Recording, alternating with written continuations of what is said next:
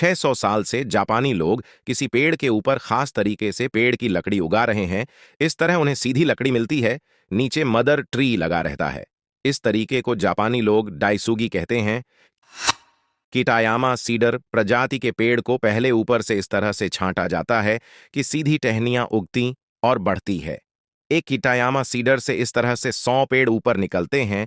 20 साल में ऊपर एक पेड़ तैयार हो जाता है। ये प्रक्रिया निरंतर चलती जाती है। इससे जापानियों को बेहतरीन सीधी किटायामा सीडर की उच्च कोटि की लकड़ी मिलती जाती है, वो भी बिना पेड़ काटे या जंगल को नुकसान पहुंचाए हुए। इसलिए जापान देश में जितने जंगल सैकड़ों साल पहले थे, उतने ही आज भी है। सारी दुनिया में पर्यावरण का नुकसान हुआ। जापान के सिवा कुल जापानी भूमि पर 65% पर जंगल है। इन जंगलों में 40% जंगल प्राकृतिक नहीं जापानियों द्वारा उगाए हुए हैं। 14% भूमि पर खेती होती है। भारत में कुल भूमि में 24% क्षेत्र में पेड़ हैं, उसमें से 22% के करीब पेड़ जंगलों में है और 3% के करीब गांव, कस्बों, बाग बगीचों या शहरों में है। जापान में इसलिए ज्यादातर जंगली प्राणी पक्षी जैसे पहले रहते थे उसी तरह आज भी हैं।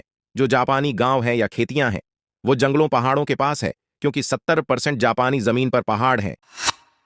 इसलिए गांव में रहने वाले लोग प्राकृतिक वन संपदा से काफी कुछ लेते हैं, लेकिन बिना किसी चीज को या पेड़ को नुकसान पहुंचाए हुए। इस तरह पीढ़ी दर पीढ़ी जंगलों का उपयोग करती है। जापान ने बहुत पहले अलग अलग तापमान और क्षेत्र में पनपने वाले पेड़ पौधों, पशु पक्षी के अध्ययन के बाद योजना बनाई, क्योंकि वहां भी अलग अलग तापमान है, इसलिए अलग अलग तरह के पेड़ भी होते थे। 4-5 इलाकों में बांटकर पेड़ों के संरक्षण पर ध्यान दिया। सरकार और जनता मिलकर काम करती है।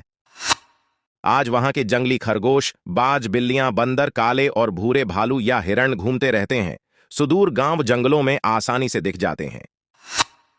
किसी गांव की सड़क पर हिरण आसानी से मिल सकता है, चूंकि उन्हें खतरा महसूस नहीं होता, इसलिए आदमी से डरते नहीं। इन जापानी जंगलों में ज्यादा पेड़ हिनोकी, साइप्रस और कितायामा सीडर हैं, जिन्हें भारत में देवदार और सरो के पेड़ कहते हैं, जो हिमालय में उगते हैं। ये उन्हीं पेड़ों की जापानी प्रजाति है।